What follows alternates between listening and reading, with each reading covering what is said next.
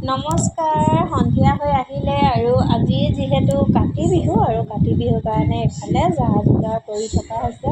এফালে চাকি এগছ জ্বলাব লাগিব, পথাৰত যিহেতু সকলোৱে জ্বলায় আৰু ময়ো এফালে যা-যোগাৰ কৰি লৈ পথাৰলৈ বুলি ওলাইছোঁ। এতিয়া পথাৰত গৈ চাকি গছ অকণমান সোনকালে দি থৈ আহিম, যিহেতু গধূলি হৈ আহিব লাগিলে জোক ঢেৰ ওলাব, কাৰণ এতিয়া ঘাঁহখিনি সেমেকি আহে, নিয়ৰ পৰি আহে। গতিকে সোনকালে আহিছোঁ আৰু আহি লৈ এতিয়া চাকি গছ জ্বলাবলৈ লৈছোঁ। ইফালে আকৌ মা এডাল খুটি দিছে, বাঁহডাল আকৌ মোতকৈ বৰ ওখ হ'ল, সেই অকণমান চাপৰ কৰি দিবলৈ ক'লোঁ আৰু তেনেকৈয়ে জ্বলাব লাগিব। এফালে এতিয়া মই জ্বলাই লৈছোঁ।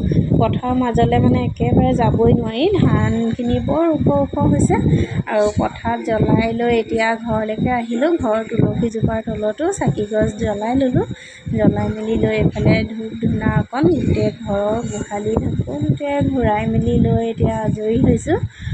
আৰু এইফালে তেনেকৈয়ে নিয়ম অকণ কৰি থ'লোঁ আৰু এতিয়া কৰি মেলি লৈ ভিতৰলৈ আহিছোঁ আৰু সকলোকে কাতি বিহুৰ শুভেচ্ছা জ্ঞাপন কৰিছোঁ। আশা ৰাখিছোঁ সকলোৰে ভাল আৰু আজিৰ দিনটো সকলোৰে কাৰণে শুভ হওক। গতিকে আজিৰ ভিডিঅ'টো ইমানেই আছিল। টাটা।